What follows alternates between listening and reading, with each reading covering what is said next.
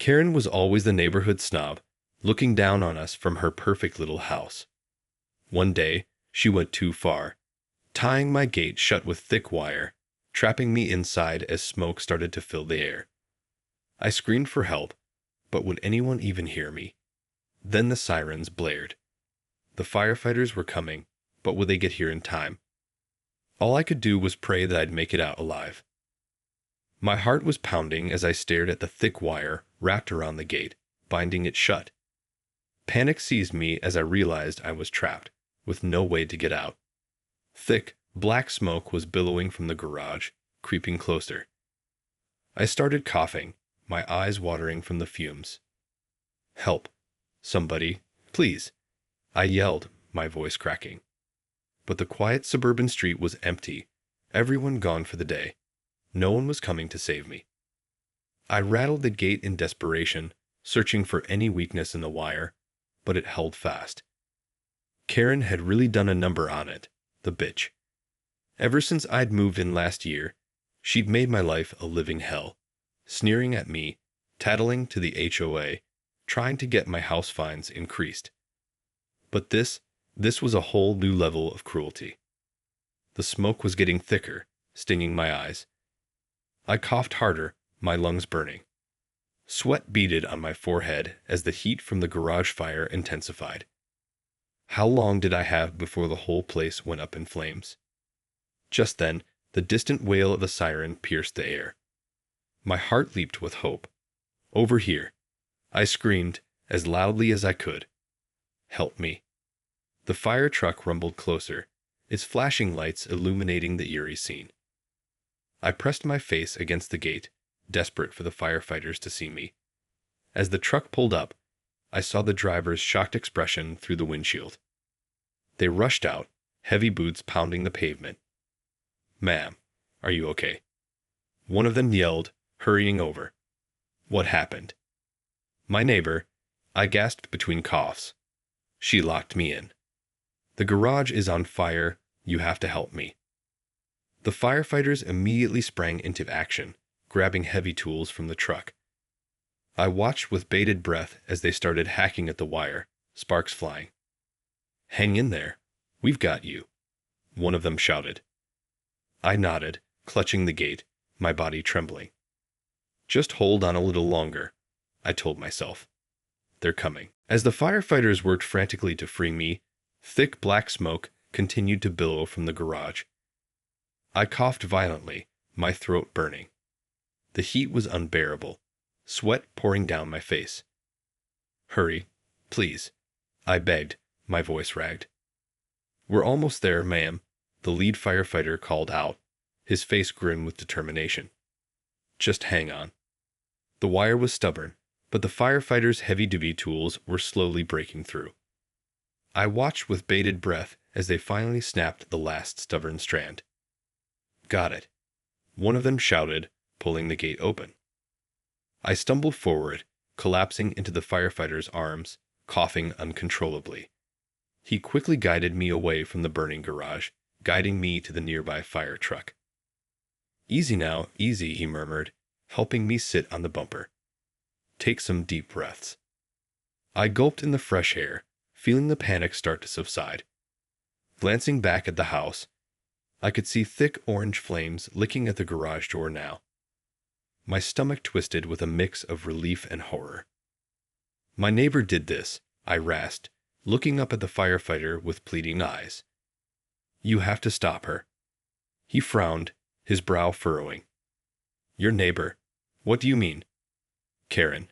She's the one who locked me in. The bitch hates me, and she did this on purpose." I cried, my voice cracking. The firefighter's expression darkened. "Ma'am, are you certain about this?" I nodded rapidly. Yes, you have to arrest her or something. She tried to kill me." He pressed his lips into a thin line, then turned to one of his colleagues. "Get a police unit out here, ASAP." As the other firefighter rushed to make the call, the lead one placed a hand on my shoulder. "Don't worry, ma'am. We'll get to the bottom of this. In the meantime, just try to relax and catch your breath. You're safe now." I nodded weakly, my heart still pounding. Safe? For now. But would Karen get away with this? I shuddered at the thought, praying the police would arrive in time. As the firefighters tended to the growing blaze in my garage, the wail of police sirens joined the cacophony. My heart raced with a mix of relief and trepidation. Finally, the cavalry had arrived. But would they actually be able to stop Karen? 2 officers hustled over, their faces etched with urgency. "What's the situation?" one of them barked. The lead firefighter quickly filled them in. "This woman's neighbor appears to have intentionally locked her inside the property as the garage caught fire. We need you to locate the neighbor and bring her in for questioning." The officer's eyes widened. "Attempted murder, huh?" The older one turned to me, his gaze hardening. "Ma'am, can you identify the neighbor and provide any details about the incident?" I nodded shakily. It was Karen, from next door. She hates me, always has. And today, she came over and tied that thick wire around my gate, trapping me inside as the fire started. My voice broke, tears stinging my eyes. I could have died in there. The younger officer scribbled furiously in his notebook. "Can you describe what she looked like? When was the last time you saw her?" "She's in her 50s, with short blonde hair and these beady little eyes," I said, the image of her snarling face burning in my mind. "I saw her leaving just as the fire started. She had this twisted smile on her face."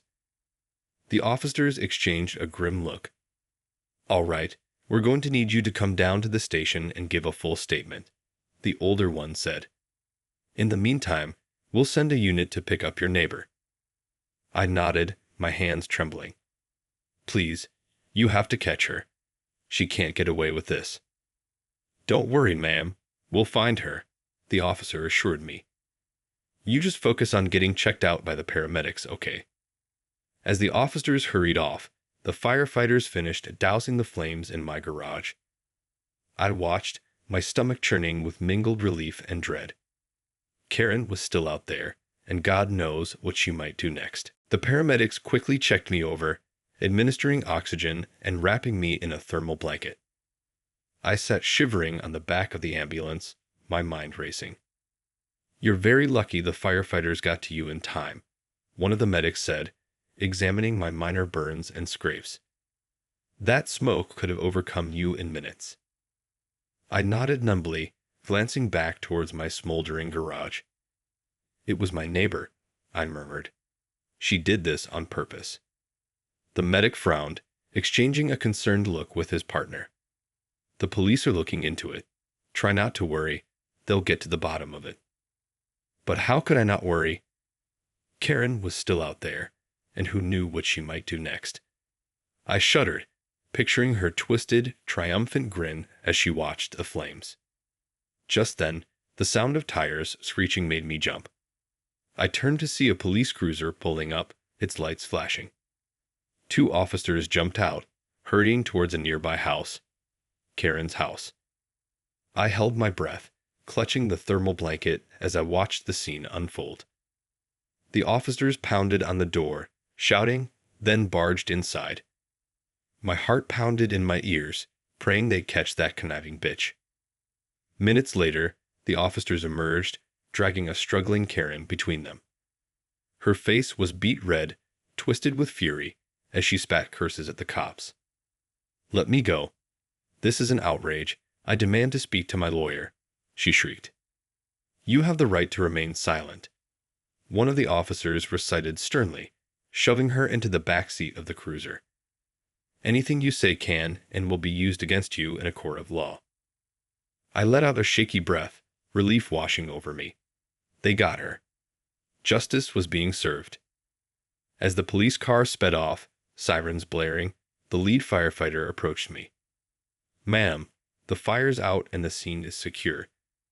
I'd still recommend going to the hospital, just to be on the safe side." I nodded wearily. "Thank you. For everything." He gave me a reassuring smile. "It's our job.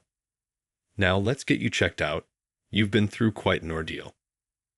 As the paramedics helped me into the ambulance, I took one last look at my charred garage. The nightmare was over, for now. But I knew this was only the beginning of the fallout with Karen. The bright lights and sterile atmosphere of the emergency room were a stark contrast to the chaos I'd just escaped. As the doctors examined me, I recounted the harrowing ordeal to the police officers who had followed me in. She just snapped, I told them, shaking my head in disbelief. Karen has always been difficult, but I never thought she'd stoop to something this malicious. The older officer jotted down notes, his brow furrowed. From what you've told us, it seems premeditated. Trapping you inside like that, as the fire started, that was an intentional act to harm you. I shuddered, the memory of the thick, choking smoke still haunting me. She could have killed me. If the firefighters hadn't shown up when they did. My voice trailed off, a lump forming in my throat. The younger officer placed a reassuring hand on my arm. You're safe now, ma'am. We've got Karen in custody, and we'll make sure the district attorney files the appropriate charges. I nodded weakly. I just don't understand why she'd do this. What did I ever do to her? The older officer sighed. Sometimes, people's motivations aren't always clear. But from what you've told us, it seems like this was a long-standing feud fueled by your neighbor's own insecurities and resentment. I let out a humorless laugh. Insecurities? That woman is practically perfect. The pristine house, the fancy car, the holier-than-thou attitude. What could she possibly be insecure about? You'd be surprised, the officer replied. Jealousy and a need for control can drive people to do some pretty extreme things. Karen may have had a warped view of you as a threat to her perfect little world. I shook my head, wincing as the doctor tended to my minor burns. Well, her perfect world is about to come crashing down. I'm going to make sure she pays for what she did. The officers exchanged a knowing look. We'll do everything in our power to make sure justice is served, ma'am. But in the meantime, you need to focus on your own recovery. This has been a traumatic experience. As the medical staff continued their treatment, I felt a surge of determination. Oh, I'd recover all right. And then I'd make sure Karen got exactly what was coming to her. Over the next few days, I was bombarded with calls from reporters wanting to cover the story of the deranged neighbor who had tried to burn me alive. I fielded each one with a mix of exhaustion and anger, desperate to maintain my privacy, while also ensuring Karen faced the full consequences of her actions. The police investigation moved swiftly. They combed through security footage, witness statements, and physical evidence, building an airtight case against Karen. When the district attorney came to take my formal statement, I held nothing back, recounting every maddening interaction and telling of her twisted, jealous obsession. This was a calculated, premeditated attempt on your life, the DA said grimly. We'll be charging her with attempted murder, arson, and a slew of other felonies. She's looking at a very lengthy prison sentence. I nodded, my lips pressed into a thin line. Good. She deserves it. As the legal proceedings kicked into high gear, I tried to focus on my own recovery. The physical wounds from the fire were healing, but the emotional scars ran deeper. I found myself constantly on edge, jumping at the slightest noise. The thought of Karen being out there somewhere, free and plotting her next move, filled me with a paralyzing dread. One evening, as I sat alone in my living room, the doorbell rang. My heart lurched into my throat as I cautiously peeked through the peephole. It was the police. Ma'am, we're sorry to bother you, but we have some news, the officer said solemnly as I opened the door. Karen, she escaped custody earlier today. I felt the blood drain from my face. Escaped? How is that possible? The officer's expression was grave. We're not sure of the exact details yet, but she overpowered the guard transporting her and fled the scene. We have every available unit searching for her, but so far, no leads. My hands began to tremble. So she's out there, somewhere? I asked, my voice barely above a whisper. We're doing everything we can to find her, ma'am, the officer assured me. In the meantime, I'd strongly recommend you take extra security precautions and avoid going out alone. This woman is extremely dangerous. I nodded numbly, my mind racing. Karen was free. The thought made my skin crawl. Who knew what she might do next? As the officers left, I locked the door and drew the curtains, my heart pounding. Somehow, I had to find the strength to face this threat head-on. There was no other choice. I had to take matters into my own hands. Over the next few days, I was on high alert, constantly checking the locks and peering out the windows. The knowledge that Karen was out there, free and undoubtedly plotting her next move, filled me with a sense of dread and vulnerability that I couldn't shake. The police assured me they were doing everything they could to track her down, but with each passing day, my confidence in their abilities waned. I knew I couldn't rely on them to keep me safe. I had to take matters into my own hands. That's when I decided to take a page out of Karen's book and start investigating on my own. I combed through old photos and emails, looking for any clues about her whereabouts or potential hideouts. I even reached out to some of the other neighbors, discreetly asking if they'd noticed anything suspicious. The breakthrough came when I discovered that Karen's sister lived in a remote cabin just outside of town. It was a long shot, but something told me that's where she was holed up, lying low and planning her next move. Without hesitation, I grabbed my car keys and set out for the cabin, my heart pounding the entire drive. As I pulled up the winding driveway, I could feel the adrenaline coursing through my veins. This was it, my chance to confront Karen and make her pay for what she'd done. I approached the cabin cautiously, peering through the windows. At first, I saw no sign of movement, but then a flash of blonde hair caught my eye. Karen was inside, pacing back and forth with a wild, manic look on her face.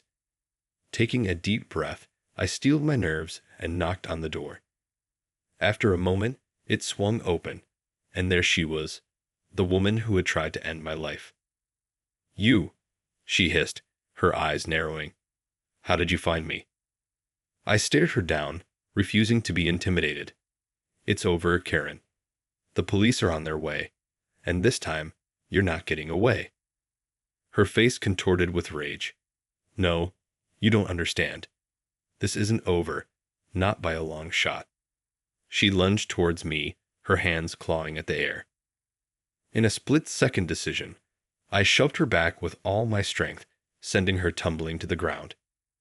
As she lay there, stunned, I slammed the door and rushed to lock it, my heart pounding in my ears. "Help!" I screamed, praying the neighbors would hear. "Someone, call the police." The sound of sirens filled the air as I huddled against the cabin door, my hands shaking. Just moments ago, I had been face to face with the woman who had tried to end my life, and I had fought back. I could hear Karen pounding on the door, her shrieks of rage echoing through the cabin. "Let me out of here, you bitch. This isn't over. Do you hear me? It's not over." Taking a shaky breath, I pressed my ear against the door, straining to hear any sign of the approaching police. The sirens were getting closer, and I allowed myself to feel a glimmer of hope. Karen was trapped, and this time, she wouldn't be escaping. As the wail of the sirens reached a crescendo, I heard the crunch of tires on the gravel driveway. Peeking through the window, I saw several police cars pulling up, their lights flashing. Relief flooded through me as the officers sprang into action, rushing towards the cabin. Karen must have heard them too, because her frantic pounding suddenly ceased. I waited with bated breath, my heart hammering in my chest, as the officers surrounded the cabin. "Karen Baker, this is the police." One of them shouted through a megaphone. "Come out with your hands up, or we will be forced to enter by force." There was a moment of tense silence, then the sound of the cabin door creaking open. Karen stepped out, her hands raised in surrender, a look of pure fury etched on her face. As the officers moved in to apprehend her, I watched from the window, tears of relief streaming down my cheeks. It was over. Karen had been caught, and this time, she wasn't getting away. In the aftermath, the police praised my bravery and resourcefulness in tracking down the escaped fugitive. The district attorney assured me that Karen would face the full brunt of the law for her heinous crimes. And as I recounted the ordeal to my family and friends, I couldn't help but feel a sense of triumph. I had stared evil in the face and emerged victorious. Karen's perfect little world had come crashing down around her, and justice had been served. It was a bittersweet victory, one that would forever change me, but I knew that I was stronger for it. As I looked towards the future, I vowed to never let anyone, especially a vindictive neighbor, have that kind of power over me again. I was the master of my own destiny, and I would use this experience to fuel my resilience and determination. The nightmare was over, and a new chapter had begun.